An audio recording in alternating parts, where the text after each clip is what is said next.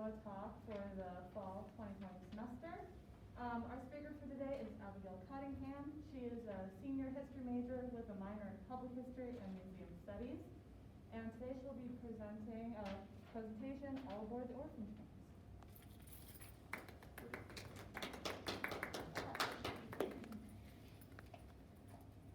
Thank you. So I wanted to start with like a little kind of introductory explanation. The first time and the only time in a classroom setting that I've learned about the Orphan Trains was my 7th grade English class. And when it was presented to us, they told us that this was kind of an unknown part of history and that it was at the time in danger of becoming just forgotten. And we watched the movie, we read a couple of books, and we even did this project where we made our own diaries acting like we were one of the Orphan Train riders. And they told us a little bit about what happened, but I think what we mostly learned was, again, that surface level stuff, and it took further of my own research to actually find out more about the Orphan Trains. So the Orphan Trains themselves have a little bit, you have to go a little bit back in history and start with New York in the 1800s. And New York was not a pleasant place to live at this time. And it was mostly overcrowded by waves of immigrants that were coming in and were staying here for work. And they were living in extremely overcrowded areas. They were living in really bad tenant housing. And that had no proper ventilation, no proper sewage, and so it was, and there was poor law enforcement in the areas, and so it was just generally a really bad place to be. And a lot of families were moving in here because they were the ones who were immigrating over. And so, yeah, it's you can see here that this is kind of one of the alleys that was near the tenant housing, and there's just trash all over the floor. You have entire families of like mother, father, children, and sometimes grandparents and uncles living all together in one room because they tried to get as many of these people into apartments as they could. And even though they were really poor living conditions, it was really expensive to live in these areas, mostly just because they were trying to get as much money out of the immigrants as they could. So in response to these poor living conditions, most of the people would spend their days outside, which just made the outside even worse. And so the work that these people were doing was very hard, laborious work in factories, and a lot of the times you may have heard the expression that they're very easily replaceable. And so a lot of people would be going to work and they would be working almost like all day, really bad conditions, and then in order to make more money, you had to send as many people as you could to work. So that included children. And a lot of times it would be the older men who would be working in like labor-intensive factories, but then children, they prioritized children for work where they could use their hands or they could fit into small spaces, which was incredibly dangerous. And there was no regulations for this. So basically children were being hurt and everyone, children were being hurt and there was, again, no regulations. So it was long hours, bad conditions, everything like that. And in addition, because these children were being hurt, a lot of times parents would lose their children. And so large families were important so that not only did you have more people who could go to work, but you could also have people who would survive to take care of you when you got older, which was the idea. However, more children was more expensive. And if you couldn't afford to take care of your children went out on the streets. And at one point, there was about 30,000 homeless children on the streets of New York. And when you have a child out on the streets of New York, they're not going to follow the laws. So you have children running around everywhere. You have children sleeping in steam grates like this. They're sleeping outside. They're kind of just getting in the way. And the police officers and law enforcement can't do anything to help it. So, and yeah, it's a growing, 30,000. these children would be causing a lot of problems, and people started looking at this and they were like, okay, what can we do about these kids that are outside?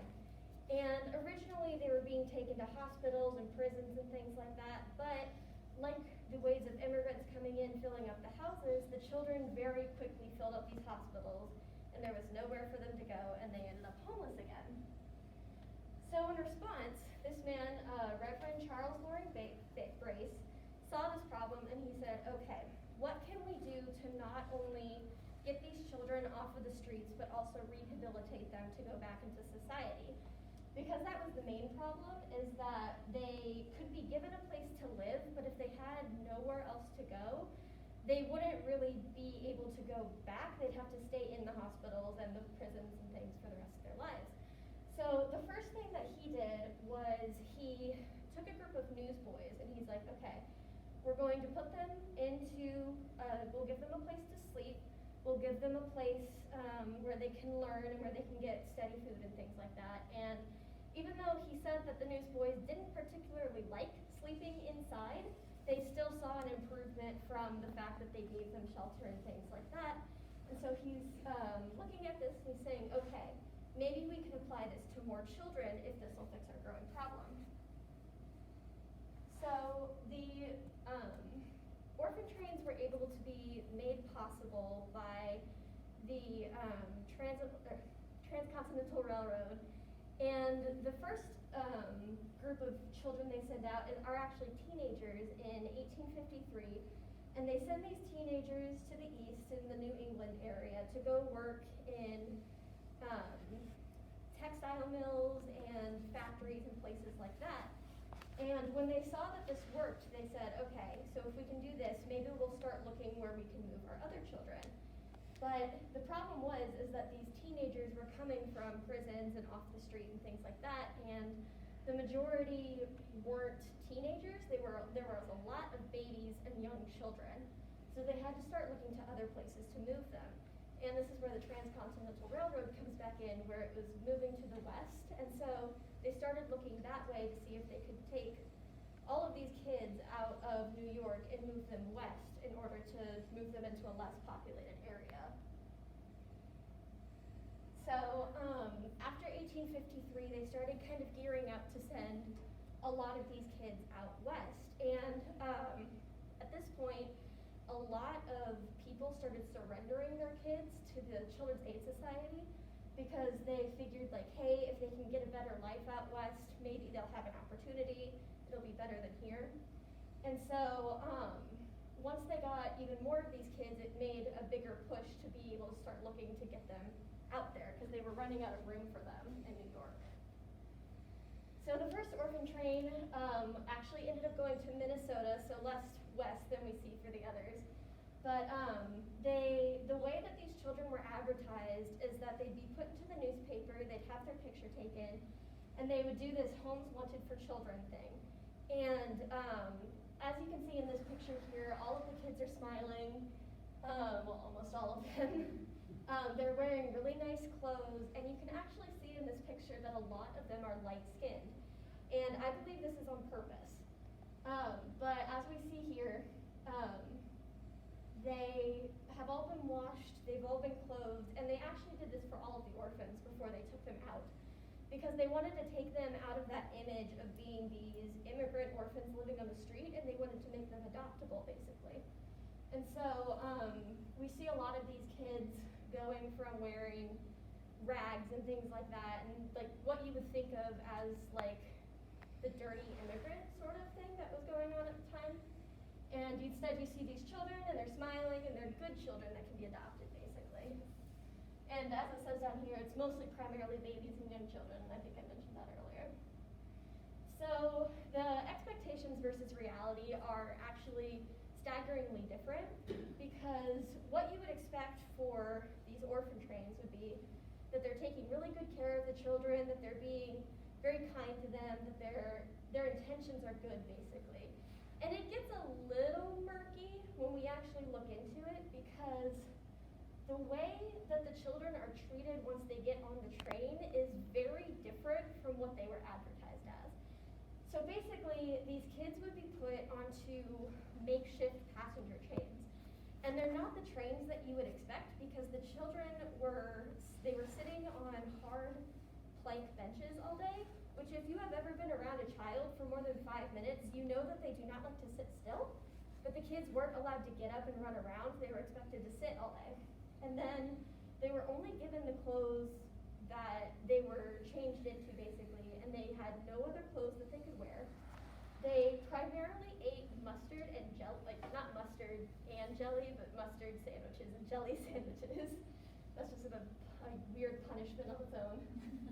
But they were given very small sandwiches. They weren't actually able to eat anything, eat a lot of other things. And then one of the important things that comes out of this that you have to remember is that these kids are coming from factory situations where all they've known is working in factories and working in things like that. And they're being taken out to the west where there is primarily farms and things like that. So you see that it's like a very culture shock kind of thing where they're being taken from what they know and put into a complete unknown. So one of the biggest problems with the orphan trains is that when they were advertised, farmers living in the West were expecting to adopt, basically, free labor.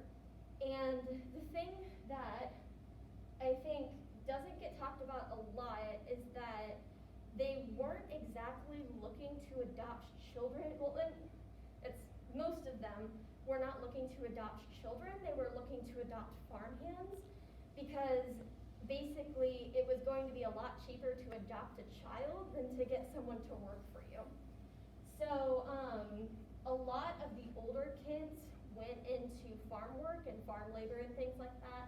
And then if they were younger, they became domestic servants rather than working outside. So, and this is where it gets a little complicated. When the children arrived at a station, they would be taken off of the train where they had been sitting for probably hours on end.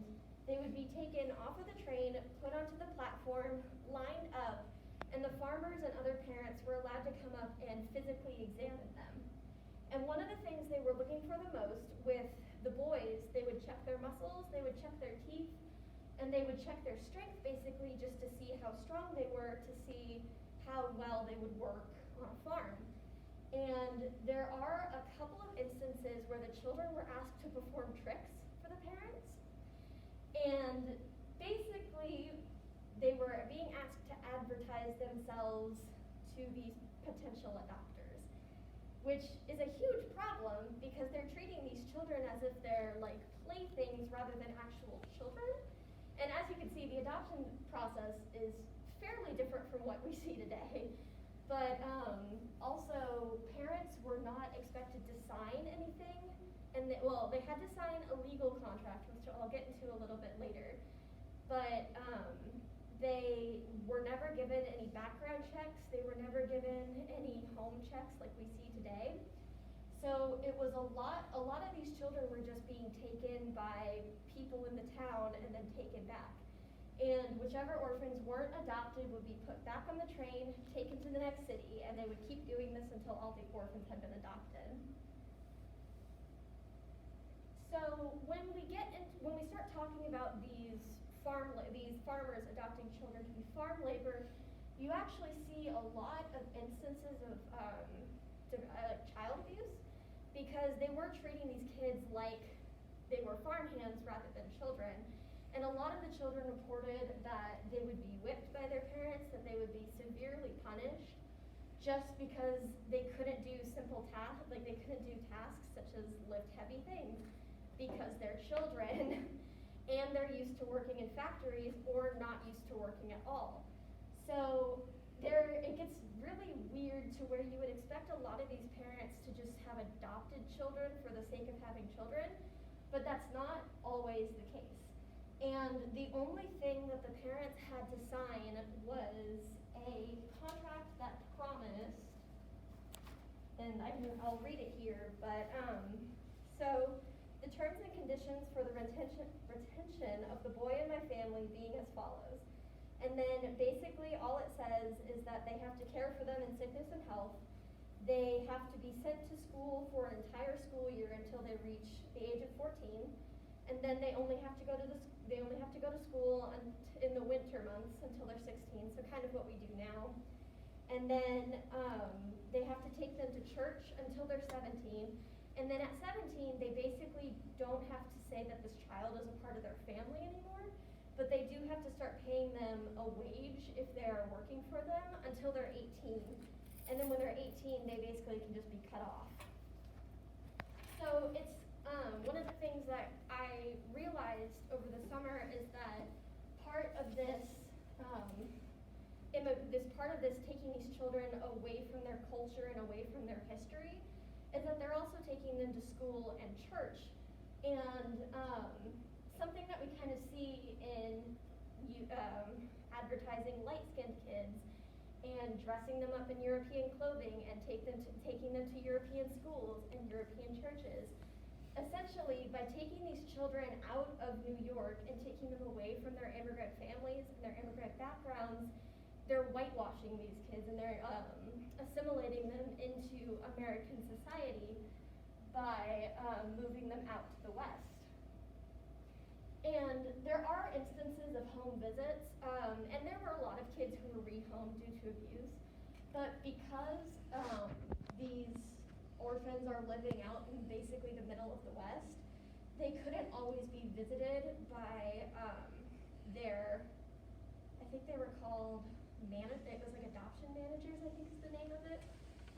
They couldn't always be visited, and so a lot of kids ended up just growing up in these abusive households their entire lives because they never could be rehomed. So, and I kind of touched on this a little bit, but these were primarily immigrant children, and there were English children in there as well because there were poor English families living in New York, but it was a majority of immigrant children, and that's when we kind of see that problem with dressing them up in new clothing, kind of washing away all the dirt off of them, trying to make them look presentable and different from the way that they would have been seen in New York, which is just these immigrant children living out on the streets with the trash. And so, and talking about,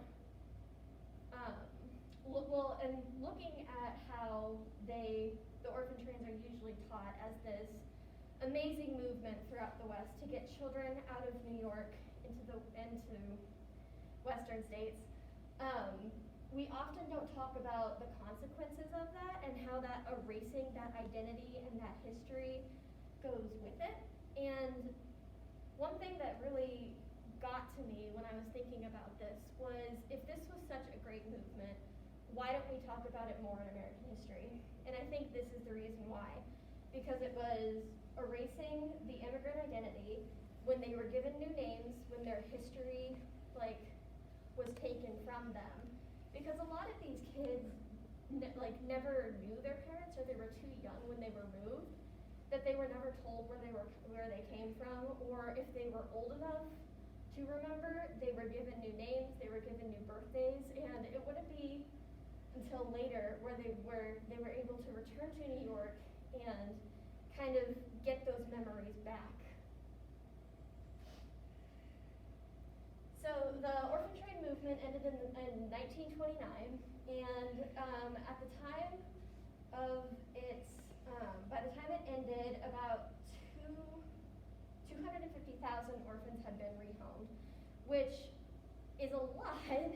However, not all of them ended up in great situations. I think they said about 20% had to be rehomed in the end due to abuse or the home not working out. But we can still say this was an incredible movement. It did get a lot of children out of bad situations and put them into a new opportunity for life. But it still contributed to the erasure of their identity. So there was a movement in the 1980s and 90s for these children to go back, well, they weren't children at this point, for the kids who had rode the orphan trains. They went back to New York. They started having reunions, and they started talking about their history together. And they started building up stories, and you can find a lot of these accounts online now. But one of the other things that was happening is that a lot of siblings who had been separated, because you could adopt siblings together, but a lot of them were separated from each other. So they started finding each other again, and they started learning, like, oh, this is my actual birthday, this was my actual name, this is where we came from. But it wouldn't be until years later when they would get this history back, and it left a lasting impression on everybody. And then I just have some additional sources in reading here. This is a statue outside of the National Orphan Train Complex Museum, and they have a movement going at the moment where if you had a relative who rode the orphan trains, you can submit a request to have a statue of them, and they're actually being remembered as the kids they became.